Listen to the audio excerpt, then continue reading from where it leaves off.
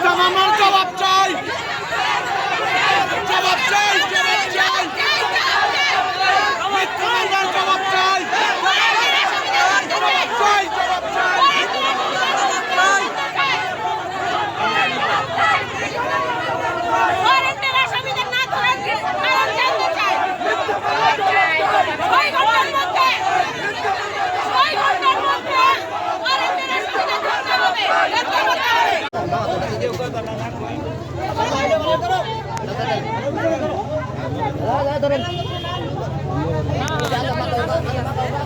নাম হলো আব্দুর রশিদ চান,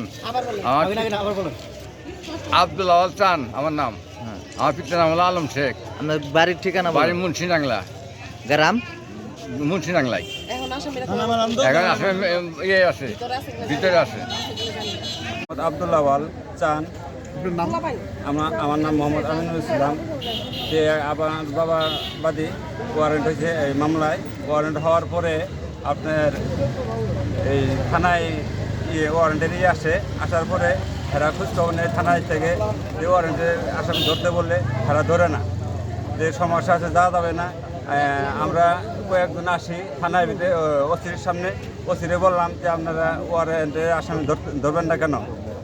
এরা এড়িয়েছে, ফোর্স নিয়ে উঠবে গাড়ির মধ্যে। এর মধ্যে একটা ফোন আসে, এই ফোনে সাইডে যায়, ফোনে কথা বলার পরে আমরা যাইতে পারবো না। সবাই আসামিদের নাম হলো আপনার আব্দুল রশিদ, রসুল, রাসেল, চাইনা মহিলা, আর পারভিন, হুজুরা, রসনা, সুমায়া, এইগুলা আসামি আপনার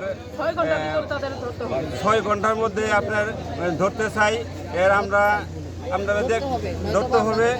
এর না ধরলে আমরা সবাই মিলে আরো মানববন্ধন জোর করে করবো, থানা ঘেরাও করবো।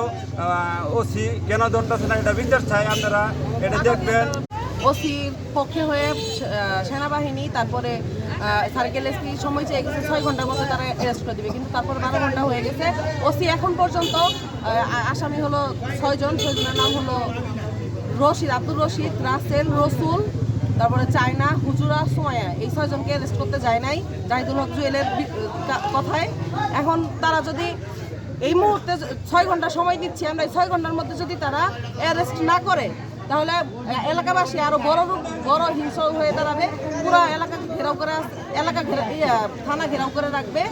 আর এখন আলটিমেটাম যে 6 ঘন্টার মধ্যে আমাদেরকে ধরতে দিতে হবে। আসামিরা কি আপনাদের কোনো হুমকি ধামকি দিচ্ছে? আসামিরা হুমকি ধামকি দিচ্ছে না, কিন্তু আসামিরা মিথ্যা মামলা দিচ্ছে।